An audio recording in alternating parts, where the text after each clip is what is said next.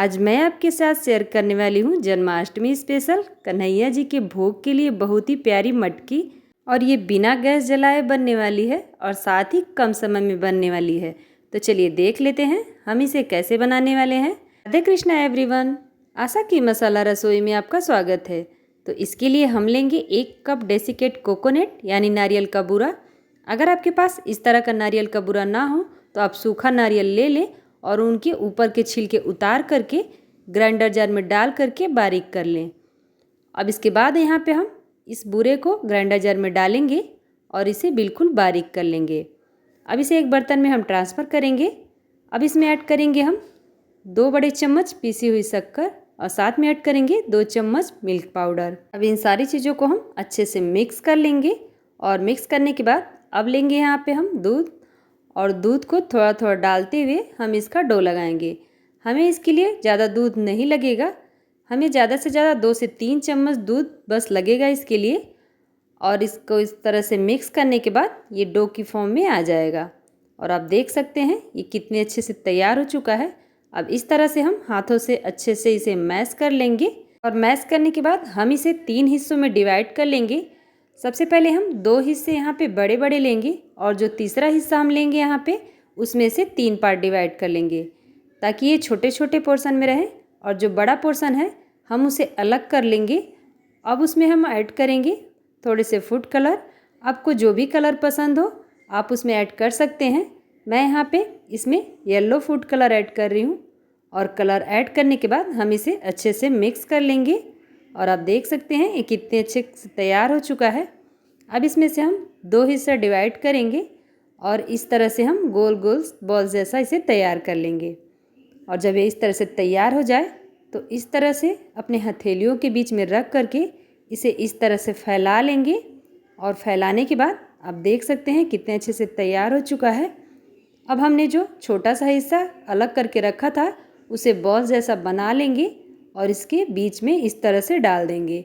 और डालने के बाद इस तरह से हम साइड साइड से घुमाते जाएंगे और बीच में प्रेस करते हुए जाएंगे और ऊपर की तरफ इस तरह से घुमाते हुए हम इन्हें सील कर देंगे।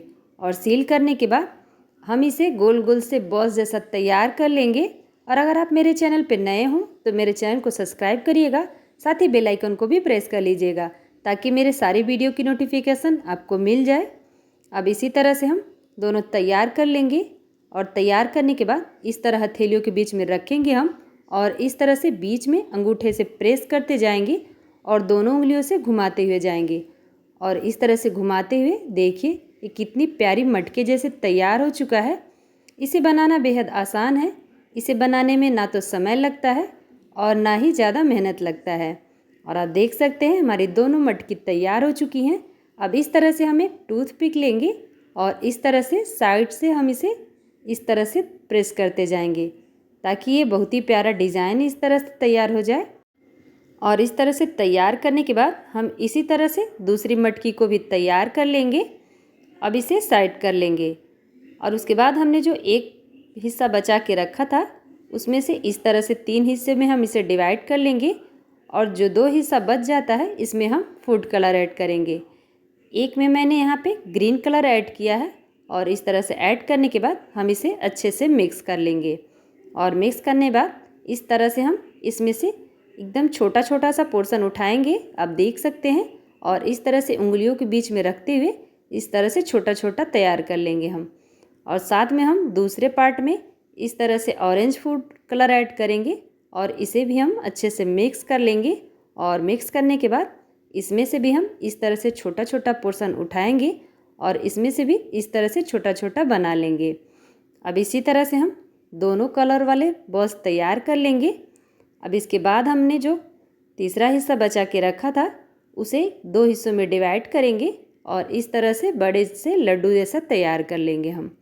अब इन सारी चीज़ों को तैयार करने के बाद हम अपनी मटके की तरफ चलेंगे और मटका उठाएंगे हम और इस तरह से हम एक एक कलर वाले बॉल्स इस तरह से साइड साइड में इसे सजाते जाएंगे। मैंने यहाँ पे इस तरह फूड कलर ऐड करके इसे तैयार किया है।